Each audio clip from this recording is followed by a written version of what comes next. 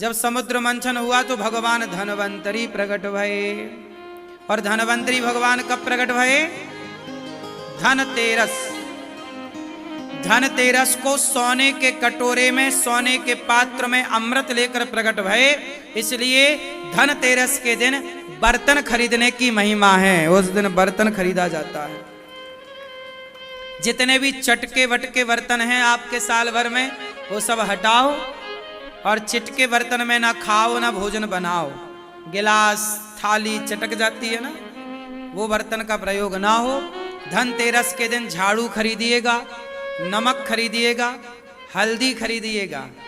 काटने वाली चीज कैंची इत्यादि नहीं खरीदते।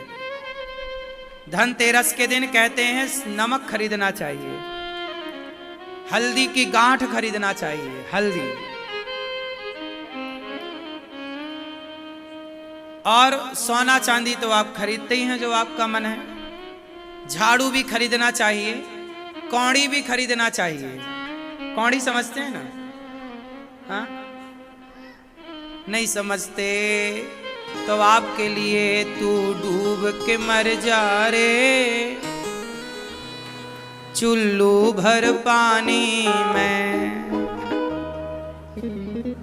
कौड़ी और मोहर में अंतर नहीं समझते? हाँ, कौड़ी क्या बोलते हैं आपकी भाषा में? कौड़ी,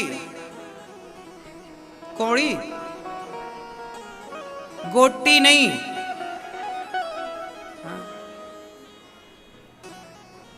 कौड़ी उससे खेलते थे पहले के जमाने में। माताएं बहनें कपड़े में भी उसको लगाती हैं आजकल, वाइट कलर की होती है।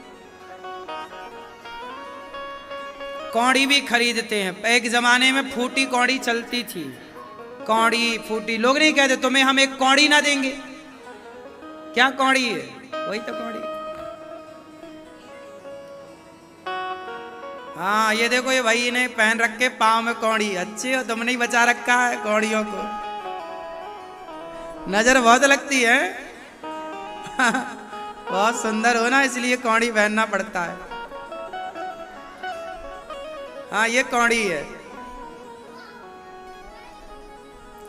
तो कौड़ी लेना चाहिए और झाड़ू लेना चाहिए। घर की नकारात्मकता को हटाने के लिए नमक लेना चाहिए, निगेटिविटी को समाप्त करने के लिए। साथ ही जो चतुर्दशी आएगी, नरक चौदस कहते हैं ना, छोटी दीपावली कहते। दीपावली के एक दिन पहले को क्या बोलते हैं? छोटी दिवाली। उसे नरक चतुर्दशी भी कहते हैं, नरक चौदस। कहा जाता है कि नरक चौदस के दिन एक दीपक जलाकर, अच्छा त्रयोदशी मतलब धनतेरस के दिन 13 दिया जलाना चाहिए। शाम को कितने दिया? 13। और इसके बाद जो दूसरा दिन आएगा अर्थात नरक चतुर्दशी, कहा जाता है कि उस दिन एक दीपक जलाओ और दीपक जला करके उसे दक्षिण दिशा की ओर रखना चाहिए, घर के बाहर दक्षिण की ओर। और जला के वहां यमराज, वो दीपक यमराज जी के लिए होता है, इसलिए कि आपके घर में कभी अकाल मृत्यु ना हो कभी किसी की। तो दीपावली के एक दिन पहले नरक चतुर्दशी को वो दीपक यमराज जी के नाम का जलाया जाता है। प्रार्थना है यमराज जी हमारे घर में किसी की अकाल मृत्यु ना हो, ऐसी कृपा बनाई। और दीपक जला के उसे फिर पलट कर देखना नहीं होता, जला के वापस आ जाओ दक्षिण दिशा की ओर। उसे आपको पलट कर देखना नहीं है। इस तरह से आप। और दीपावली है 31 तारीख की। कब दीपावली मनाई जा रही है? 31 को भी मनाई जा रही है, 1 को भी, पर ज्यादा सहमति 31 में बनी है। तो ये दास अनिरुद्ध भी और वृंदावन के तमाम देव स्थानों पर, रंग जी पर 31 तारीख की ही दीपावली है। तो आप भी अपने घर में 31 तारीख को कम से कम 15 दीपक जलाएं घी के। एक दिया अपने कुल देवता के नाम का, एक भगवान के यहाँ सब जगह दीपक आप 50 जलाओ, 51 जलाओ, 101 जलाओ, वो आपकी श्रद्धा पर निर्भर करता है। दीपक जलाकर लाई बतासे और मिठाई से भगवान को पूजन करना। माँ लक्ष्मी का पूजन, जो धनतेरस में सामान खरीदा जाता है, वो दीपावली में उसकी पूजा होती है। सोना रखो, पैसे रखो, वहाँ लक्ष्मी जी का पूजन। गणेश जी के साथ साथ में भगवान श्रीमन नारायण भी होने चाहिए। तो भगवान गणेश लक्ष्मी कैसी खरीदें? माटी के जो गणेश लक्ष्मी मिलते हैं वो एक ही में दोनों चिपके होते हैं, ऐसी लक्ष्मी गणेश नहीं। लक्ष्मी जी अलग होनी चाहिए, गणेश जी दोनों हाथ में, एक हाथ में लक्ष्मी जी, एक हाथ में आपके लक्ष्मी गणेश, दोनों अलग अलग हो, एक साथ चिपका हुआ चित्र ना हो लक्ष्मी गणेश का। बात समझ में आई? लक्ष्मी जी अलग हो और गणेश जी अलग हो, इस तरह से लक्ष्मी गणेश होने चाहिए। तो आप इस तरह के लक्ष्मी गणेश जी का पूजन करें और प्रेम पूर्वक आप लक्ष्मी गणेश जी का दर्शन करें। लक्ष्मी नारायण भगवान आपके घर में होंगे, जो पांव दबाते हुए लक्ष्मी और नारायण लेटे हुए हैं, वो चित्र सबके घर होना चाहिए, उसे भी रखना चाहिए। उनकी पूजा, लक्ष्मी नारायण, लक्ष्मी जी की पूजा इसलिए होती है क्योंकि समुद्र मंथन से लक्ष्मी मैया इसी दिन प्रकट हुई थी, दीपावली के दिन, और नारायण का वर्ण किया था।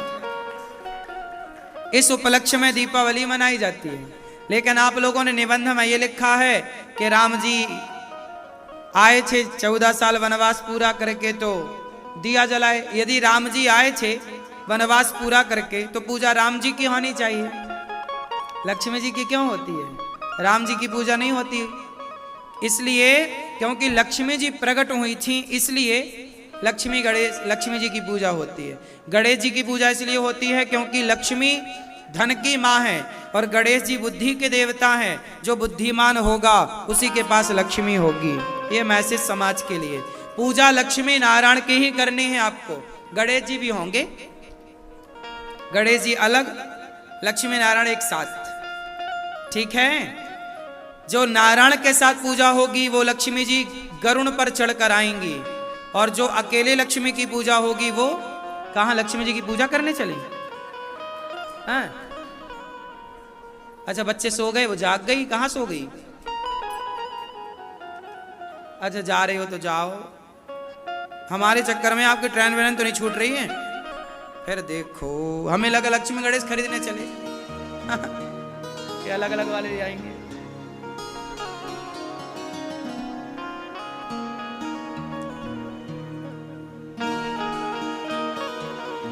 तो इस दीपावली में आप प्रेम पूर्वक लक्ष्मी गणेश जी का पूजन करें, खूब आनंद से पूजन करें। लक्ष्मी माँ से प्रार्थना करना, हे लक्ष्मी माँ इस बार ऐसी कृपा करना, साल भर के लिए, हमेशा के लिए ऐसे आना कि हमारी लक्ष्मी सदा समाज के अच्छे काम में, दीन दुखियों के काम में हम सदा खर्च करते रहें। जब आप अपने लिए मांगते हो तो लक्ष्मी जी उल्लू पे आती हैं। जब सबके लिए आप सोचते हो, दीन दुखियों के लिए, तो लक्ष्मी जी गरुड़ पर चढ़कर आती हैं। गरुड़ पर आई हुई लक्ष्मी जी सदा रहती हैं, उल्लू पर आई लक्ष्मी जी उल्लू बना के चली जाती हैं। बात समझ में आई? पैसा किसके लिए होना चाहिए कि हे प्रभु, लक्ष्मी जी पूछेंगी ना कि आपको पैसा क्यों चाहिए, क्या उत्तर दोगे? क्यों आपको पैसा क्यों चाहिए? शराब पीने को, गांजा पीने को, काय के लिए? नाचने वाली में लुटाने के लिए? आजकल लोग मुंह पे पैसा दबा लेते हैं, नाचने वाली से कहते हैं अब ले लो, हाँ वो भी अपने मुंह से निकालती है। ऐसे तो लोग पैसा उड़ाते हैं, ऐसे में लक्ष्मी माँ तो नाराज हो जाएंगी, फिर यही लोग बाद में कटोरा लेके घूमते हैं। जो लक्ष्मी का दुरुपयोग करेगा, मंदिरों के पास कटोरा लेके बैठने वालों की भीड़ किनकी है? जो लक्ष्मी का कभी दुरुपयोग करते हैं, लक्ष्मी जी सदा रूठ जाती हैं। इसलिए कभी पैसा आए तो गलत काम में नहीं लगाना, सही काम। जितने अच्छे कर सकोगे लक्ष्मी उतनी प्रसन्न होंगी। और लक्ष्मी को क्या मानना है? माँ, आप हमारी माँ हो, और माँ मानोगे और माँ को सही जगह खर्च करोगे, धर्म की स्थापना की। भाई कैसा हो? भरत जी जैसा। ये पूरी राम कथा राम जी क्या समझाते हैं? राम जी निषाद राज पर कृपा करते हैं, शबरी पर कृपा करते हैं, और पत्नी का अपमान रावण ने किया, चुराया, तो राम जी उस नारी का अपमान करने वाली की लंका जला देते हैं। अपनी पत्नी के लिए राम जी ये सब करते हैं। पूरी रामायण जीवन में उतारने जैसी है। आजकल का बच्चा राम को नहीं जानता, रामायण नहीं पढ़ता, दिन भर मोबाइल चलाएगा। सनातन को मजबूत करने के लिए मेरी मां ग्रंथों का अध्ययन करना जरूरी है। राम को समझना जरूरी है। राम कौन है बताइए? राम से आप लोगों ने क्या सीखा? आप बताओ भैया, राम जी से आपने क्या सीखा? आप पीले भैया, राम से आपने क्या सीखा? क्या आप भैया, आपने क्या सीखा? राम से आपने क्या सीखा?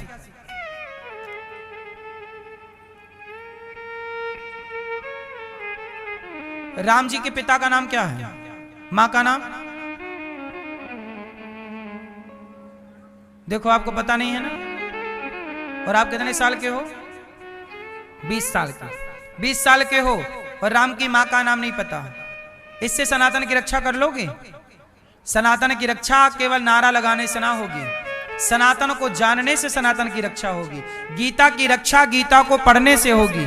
गीता का लेक्चर देने से नहीं कि गीता गीता के पढ़ो, जानो, गीता पर चलो, राम पर चलो, राम के आदर्शों पर। राम की मां कौशल्या, पिता का नाम? क्यों भैया? भरत जी की मां का नाम आप बताओ हैं? और लक्ष्मण जी की मां का नाम नहीं पता?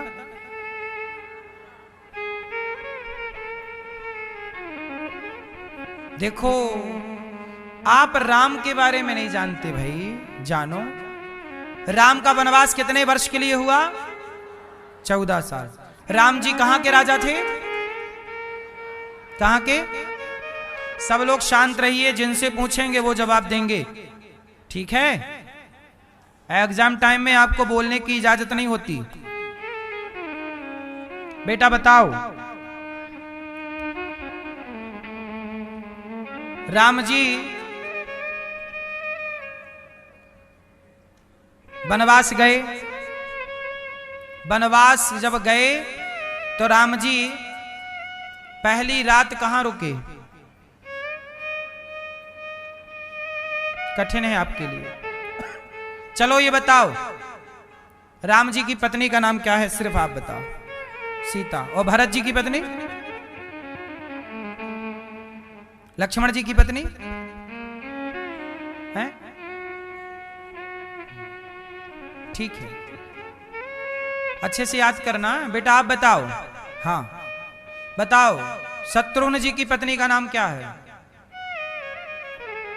नहीं? हनुमान जी की मां का नाम बताओ। आप सब चुप रहेंगे, बहन बताएगी मेरी। हनुमान, हाँ, ये सफेद कपड़ों वाली, हाँ, हनुमान जी की मां का नाम नहीं? चलो बताओ, रामचरितमानस किसने लिखा? किसने लिखा? रामायण किसने लिखी? हाँ, वाल्मीकि जी ने। रामचरितमानस किसने लिखी है बताओ भैया? रामचरितमानस के रचयिता कौन है? तुलसीदास जी। तुलसीदास जी की मां का नाम क्या है? ये सब अपने कुछ कुछ महापुरुषों को तो जानो। भगवत गीता किसने सुनाई थी? भगवत गीता आप बताओ, केवल आप। भगवत गीता किसने सुनाई? नहीं पता? कहां सुनाई? क्यों सुनाई? जब भगवत गीता जानते ही नहीं है तो इनका डिप्रेशन दूर कैसे होगा? तनाव दूर कैसे होगा? अरे अर्जुन युद्ध करने से पहले हार गए, हारे हुए अर्जुन को गीता सुनाई गई तो जीत गए। आज के युवाओं को गीता बहुत जरूरी है। यदि गीता सुनने लग जाए, पढ़ने लग जाए तो आपकी विजय जरूर होगी। अब पढ़ते ही नहीं, ये आपकी अज्ञानता है। दिन भर इंस्टाग्राम और फेसबुक पर एक्टिवेट रहना है, आपको एक्टिव रहना है, धर्म पर एक्टिव नहीं है आप। बेटा बताओ, गीता किसने लिखी? गीता किसने लिखी, किसने सुनाई, चलो ये बताओ, हैं? जोर से, कहां सुनाई?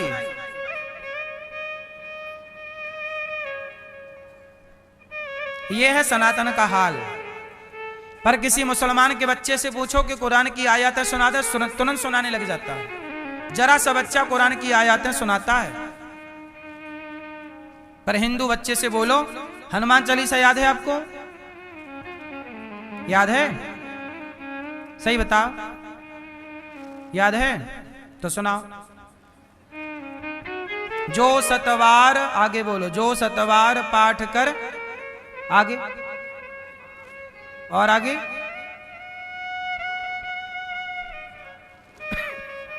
ठीक है, फिर आपको याद है, ठीक है। कुल मिला के कहना यह है कि अपने धर्म को जानो, मूल छोटी छोटी बातों को तो जानो। हमने बहुत सारे कठिन सवाल नहीं पूछे। राम जी चले अयोध्या से, तमसा नदी के तट पर प्रथम रात्रि विश्राम की, श्रृंगवीरपुर दूसरी रात्रि, केवट से नाव मांगी। इसके बाद आगे राम जी चित्रकूट गए, भरत जी मिलने आए, भरत जी से मिले, चरण पादुका भरत जी ली और वापस आए। भरत जी 14 साल कहां रहे आप बताओ? भरत जी 14 साल राम के वियोग में कहां रहे? जिस जगह पे रहे उस जगह का नाम आज क्या है? नहीं पता? ये मैया बताएंगी गुलाबी। भरत जी कहां रहे? नहीं? कौन बताएगा? चश्मा वाले भैया बताएंगे। भरत जी कहां रहे राम के वियोग में? जब चित्रकूट से तो खड़ाऊ लेके आ गए ना, कहां रहे? नंदीग्राम। अयोध्या से 20-25 किलोमीटर दूर एक जगह है नंदीग्राम, वहां भरत जी रहे। और वहां रहकर जैसे त्याग राम ने किया 14 साल, उससे अधिक त्याग भरत जी ने किया। और राम जी के चरण पादुका वहीं रखी, पूजा आरती करते। राम जी रावण को मारे, सिया जी को लाए, राम जी राजा बने, सिया जी रानी बने। राम कथा सिखाती है मर्यादा में रहना चाहिए, मर्यादा का उल्लंघन कभी नहीं करना चाहिए, माँ बाप की आज्ञा का पालन करना चाहिए। पर आज्ञा देखो, राम ने माँ की आज्ञा का पालन किया, लेकिन राम के भैया भरत ने माँ की आज्ञा का पालन, कैकई बोली कि राजा बन जाओ, भरत जी नहीं माने। और राम जी से बोला माँ कैकई नहीं, बनवास जाओ, तो चले गए। एक बेटा माँ की बात सुनता है और एक बेटा माँ की बात नहीं सुनता। इसका मतलब यह है कि माँ की बात सुनना चाहिए, पर वही बात सुनो जिस बात में धर्म हो। जिस बात में धर्म ना हो वो बात माँ की भी भरत जी ने नहीं सुनी। जिस बात में धर्म ना हो वो बात बाप की भी नहीं सुननी चाहिए। प्रहलाद जी ने बाप की बात नहीं सुनी, हिरण्यकश्यपु की। जिस बात में धर्म ना हो वो बात बाप की हो, माँ की हो या गुरु की हो। शुक्राचार्य की बात राजा बलि ने नहीं सुनी। शुक्राचार्य ने कहा दान मत करो, बलि ने कहा मैं करूंगा, क्योंकि बात गुरु की थी पर धर्म नहीं था उनकी बात में। यदि पिता की बात में, माँ की बात में, गुरु की बात में धर्म ना हो तो वो धर्म से हीन बात चाहे किसी की हो वो नहीं सुननी चाहिए। इसलिए बात वही सुनो जिस बात में धर्म धर्म। इसलिए धर्म युक्त आचरण करो, धर्म युक्त बात सुनो, धर्म युक्त खाओ। हमारे यहाँ खाने में धर्म, चलने में धर्म, बोलने में धर्म, रहने में धर्म, गृहस्थ में धर्म, विरक्त में धर्म, सब जगह धर्म ही धर्म है। राम कौन है? रामो विग्रहवान धर्मा, साक्षात धर्म का अवतार ही राम है, धर्म की प्रतिमूर्ति राम है। इसलिए राम जिस रास्ते पर चले उस रास्ते पर चलना धर्म है, और रावण जिस रास्ते पर चला उस रास्ते पर चलना अधर्म है। बहुत सूक्ष्म दृष्टि है धर्म की, सत्संग करोगे तो जान पाओगे कुछ कुछ। राम जी राजा, सिया जी रानी बनी। जटायु ने प्राण गवा दिए सीता मां के लिए। बोलो हाँ, किसके लिए? सीता मां के लिए मर गए जटायु जी। रावण से पंगा ले लिया ना, रावण लेके जा रहा था, जटायु जी लड़ गए।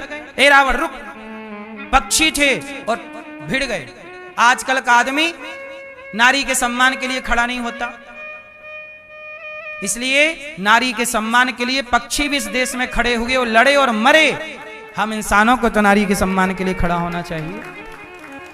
इसलिए आज नारी का सम्मान क्या है? मैं कहता हूं कि आप किसी नारी का सम्मान करें ना करें, अपने घर की दो नारियों का सम्मान कर लें, एक अपनी माता का सम्मान और एक अपनी पत्नी का सम्मान। यदि दो नारियों का सम्मान, यदि भारत का हर मर्द, भारत का हर पुरुष केवल दो नारियों का सम्मान करने लग जाए तो आज राम राज्य आ जाएगा। पहला सम्मान अपनी माँ का और दूसरा सम्मान अपनी पत्नी का। और आज के युग में ना तो कोई माँ का सम्मान कर रहा है, कुछ बच्चे नहीं कर रहे हैं, और ना तो पत्नी का सम्मान हो रहा है।